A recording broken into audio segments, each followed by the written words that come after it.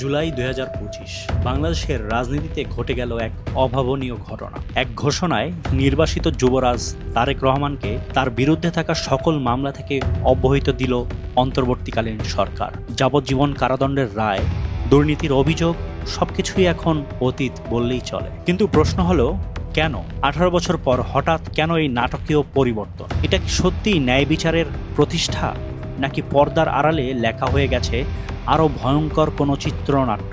এই প্রশ্নের উত্তর জানতে হলে আমাদের ফিরে যেতে হবে সেই সময় যখন এই খেলার শুরু হয়েছিল। চলুন আমরা ডুব দেই সেই অন্ধকার অতীতে, যা আজকের এই বর্তমানকে তৈরি করেছে।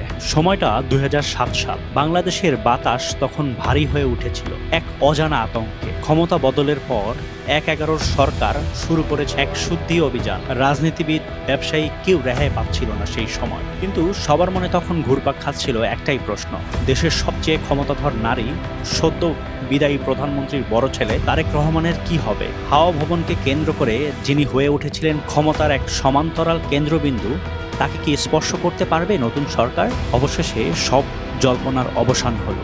2007 সালের 7ই মার্চ রাতের আধার চিরে একটি বুলেট প্রুফ জ্যাকেট আর হেলমেট পরিয়ে তাকে নিয়ে যাওয়া হলো আদালতের দিকে। দেশের মানুষ দেখল এক অভাবনীয় দৃশ্য। ক্ষমতার কেন্দ্রবিন্দু থেকে পতনের শব্দ এত স্পষ্টভাবে আর কেউ শোনেনি। এখানেই শেষ নয়, গ্রেফতারের পর শুরু হলো নতুন অধ্যায়, জিজ্ঞাসাবাদ।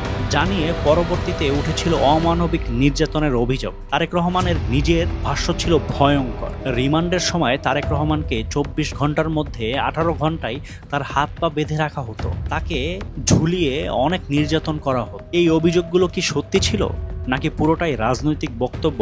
উত্তরটা হয়তো আজও ধোঁয়াশায় ঢাকা। কিন্তু একটা বিষয় পরিষ্কার, এটা কি শুধুই তথ্য আদায়ের জন্য নির্যাতন ছিল, নাকি তাকে মানসিকভাবে ভেঙে দিয়ে ভবিষ্যতের কোনো চুক্তির জন্য প্রস্তুত করার প্রথম ধাপ ছিল? ছেলেকে গ্রেফতারের 6 মাস পর আটক হলেন মা, সাবেক প্রধানমন্ত্রী খালেদা জিয়া। এবার শুরু হলো নতুন এক পর্দার আড়ালে চলতে থাকলো এক মনস্তাত্ত্বিক যুদ্ধ।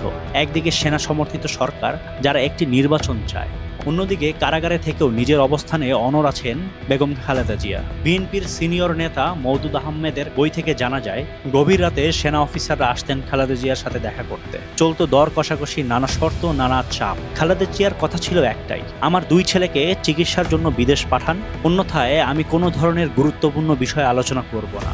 সরকার ছোট ছেলেকে মুক্তি দিতে রাজি হলেও তারেক রহমানের ব্যাপারে তারা কোনো সিদ্ধান্তই দিতে চাচ্ছিল না। কিন্তু মা হিসেবে খালেদা জিয়া এই ব্যাপারটা মেনে নিতে চাননি। তিনি চেয়েছিলেন দুজনেরই মুখ। এটাই ছিল তার শেষ কথা। ঠিক এই সময়েই ঘটনা মোড় নেয় অন্যদিকে। এই দর কষাকষিতে জড়িয়ে পড়েছিলেন আন্তর্জাতিক শক্তি। তৎকালীন মার্কিন রাষ্ট্রদূত জেমস এফ মার্টিন ওয়াশিংটনে পাঠানো গোপন তার বার্তা থেকে জানা যায়, একটি সমঝোতা তখন প্রায় চূড়ান্ত।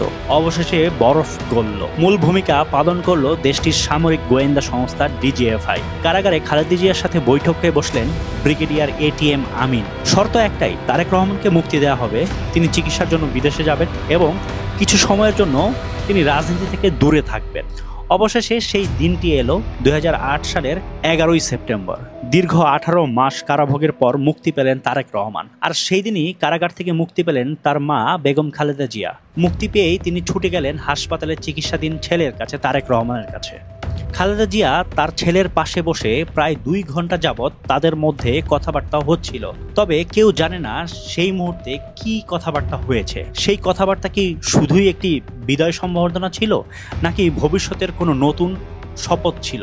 আর ঠিক এর কয়েক ঘন্টা পরেই পরিবারের সদস্যদের নিয়ে লন্ডনের পথে পাড়ি জমান তারেক রহমান। তবে কি কেবল চিকিৎসার জন্যই তিনি দেশ ছেড়েছিলেন, নাকি এটি ছিল এক পরিকল্পিত নির্বাসন, একটি সমঝোতার ফসল? প্রশ্নগুলো আজও বাংলাদেশের আকাশে বাতাসে ভাসে। কিন্তু এই নির্বাসনই শেষ কথা ছিল না, বরং শুরু হয়েছিল এক নতুন লড়াই। আর তখনই মঞ্চে আসে বাংলাদেশের ইতিহাসের সবচেয়ে কলঙ্কিত অধ্যায়ের বিচার, 21শে আগস্ট গ্রেনেড হামলার মামলা। তারেক জিয়া আলোচনা করেন, তাকে শেষ করে দেওয়ার দরকার, তাকে কোনো মিটিং আক্রমণ করে তাকে শেষ করতে হবে। বাবর সাহেব বললেন যে হ্যাঁ, আমার কাছে গ্রেনেড আছে। 2টা গ্রেনেড ছিল খোলা, আর 10টা, 12টা গ্রেনেড হ্যান্ড ওভার করা।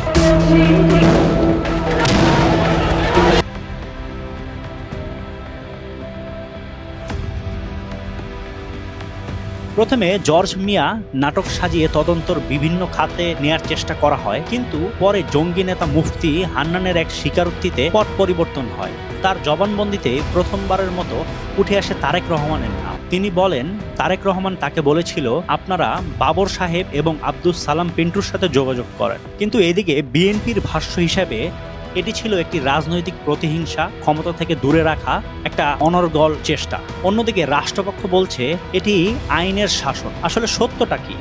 এই বিতর্ক গত ১.৫ দশক ধরে বাংলাদেশকে বিভক্ত করে রেখেছে।